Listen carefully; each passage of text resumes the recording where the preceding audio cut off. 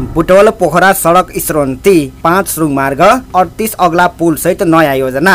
दर्शकबिन नमस्कार, तपाईहरु यदि बेला हेर्दै हुनुहुन्छ खबर संवाद। यदि हाम्रो च्यानललाई अहिलेसम्म पनि सब्स्क्राइब गर्नु भएको छैन भने कृपया सब्स्क्राइब गर्नुहोला र सँगै रहेको बेल आइकनलाई पनि क्लिक गर्न नभुल्नु होला भन्दै लागौं आजको भिडियो सामग्रीतर्फ। लाहुर जाने बाटो भनेर चिनिने ऐतिहासिक सिद्धार्थ राजमार्गको बुटवल पोखरा खण्डलाई अब डेडिकेटेड डबल लेनमा स्रोन्ती गरिने भएको छ। बुटवल सुनौली खण्डमा पहिले 6 लेनको काम सम्पन्न भइसकेको छ भने अब बुटवल पोखरा खण्ड विस्तारको तयारी सरकारले गरेको छ। सधैँ जसो सवारी चापले भरिगोराउ रहने 158 किलोमिटरको यो मार्ग हाल 5.5 देखि 6 मिटर मात्र चौडाइ भएको साँघुरो सडक हो। दोहोरो सवारी आगमन गर्न समेत मुस्किल पर्ने यस खण्डलाई उप प्रधानमन्त्री तथा अर्थमन्त्री विष्णु पौडेलको अगुवाईमा विस्तार गरिने प्रक्रिया अघि बढेको छ। पौडेलको नेतृत्वमा आगामी आर्थिक वर्ष 2082-83 को बजेटमा यस राजमार्गलाई डेडिकेटेड डबल लेन बनाउने योजना समावेश गरिएको छ। यसले रूपन्देही, पाल्पा, स्याङ्जा र कास्की गरी 4 जिल्लाका 17 वटा स्थानीय तहलाई सघन रूपमा जोड्नेछ। हाल बुटवलदेखि पोखरासम्मको यात्रा गर्न करिब 6 घण्टा लाग्छ, तर सडक स्रोन्ती भएपछि समय घटेर 2 घण्टा 30 मिनेट सीमित हुने सडक विभागको भनाइ छ।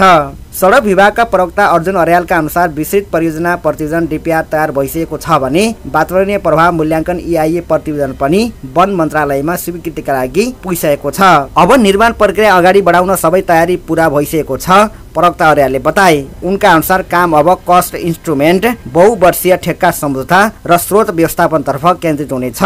योजना अनुसार यो खण्डमा 5 वटा सुरुङ मार्ग निर्माण हुनेछन्। ती मध्ये 1126 मिटर लामो सिद्धबाबा सुरुङ मार्ग निर्माण कार्य अहिले अगाडि बढिरहेको छ, जुन 2 वर्षभित्र सम्पन्न गर्ने लक्ष्य रहेको छ।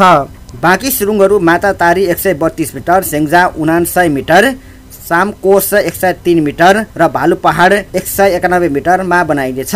त्यस्तै सडक खण्डभर 38 स्थानमा लामा र अग्ला पुल निर्माण गरिनेछ, जसको कुल लम्बाइ 777.6 मिटरको हुनेछ। यी पुलका कारण कुल सडक लम्बाइ 4.42 किलोमिटर छोटिनेछ।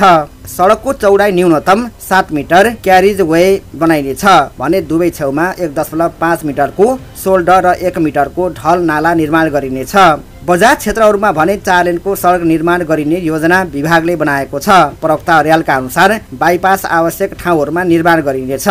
विशेष गरी स्याङ्जाको पुतली बजार क्षेत्र साँघुरो भएकाले त्यहाँ बाइपास बनाइनेछ। अहिले त्यहाँ सडकको क्षेत्राधिकार 13 मिटर तोकिएको छ। यो सडक खण्ड भएर गुल्मी, पाल्पा, स्याङ्जा, कास्की पर्वत, बागलुङ, म्याग्दी हुँदै मुस्ताङको कोरला नाका चीनसँगको सीमासम्म यातायात चल्ने गर्दछ। सिद्धबाबा सडक खण्डमा हाल निर्माणाधीन सुरुङ मार्ग पूरा भएपछि यो सबैभन्दा जोखिमपूर्ण मानिने क्षेत्र सुरक्षित हुने अपेक्षा गरिएको छ। त्यसको साथै यो मार्गले काठमाडौँपछि पोखरा र भैरुवाका दुवै अन्तर्राष्ट्रिय विमानस्थललाई स्थलमार्ग मार्फत सशक्त रूपमा जोड्नेछ। यसले व्यापारिक सम्भावनालाई थप उजागर गर्ने स्थानीय सरकारका प्रमुखहरूको विश्वास रहेको छ। सडक स्रोन्तीका लागि अनुमानित लागत करिब 20 अर्ब रुपियाँ लाग्नेछ। यो मध्ये करिब 10 अर्ब 39 करोड सडक निर्माणका लागि र 9 अर्ब 37 करोड सुरुङ मार्ग निर्माणका लागि खर्च हुनेछ। निर्माण अवधि 5 वर्षको तोकिएको छ। सडक विस्तारका क्रममा पाल्पाको तिनाउ गाउँपालिका दोभानदेखि स्याङ्जासम्म कम्तीमा 1000 घर तहरा हटाउनु पर्ने देखिएको छ।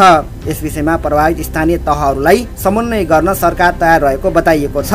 सडक विस्तारको प्रक्रियामा समावेश भएका 17 वटा स्थानीय तहको पूर्ण समर्थन रहेको स्याङ्जाको पुतली बजार नगरपालिकाका प्रमुख तुलसीराम रेग्मीले बताएका छन्। अर्थमन्त्री ज्यूको पहलमा अब सडक विस्तार हुने भयो। जिल्लावासीको तर्फबाट उहाँको योजनालाई सफल बनाउन हामी सबै प्रतिबद्ध छौं, रेग्मीले भने। गल्याङ नगरपालिकाका प्रमुख गुरुप्रसाद भट्टराईका अनुसार सडक सुदृढीकरण नहुनु दुर्घटनाको प्रमुख कारण हो र यसको अब अन्त्य पाउनेछ। वर्तमानमा यो सडक खण्ड हुँदै दैनिक 5000 भन्दा बढी सवारी साधन आउजाउ गर्ने गर्दछन्।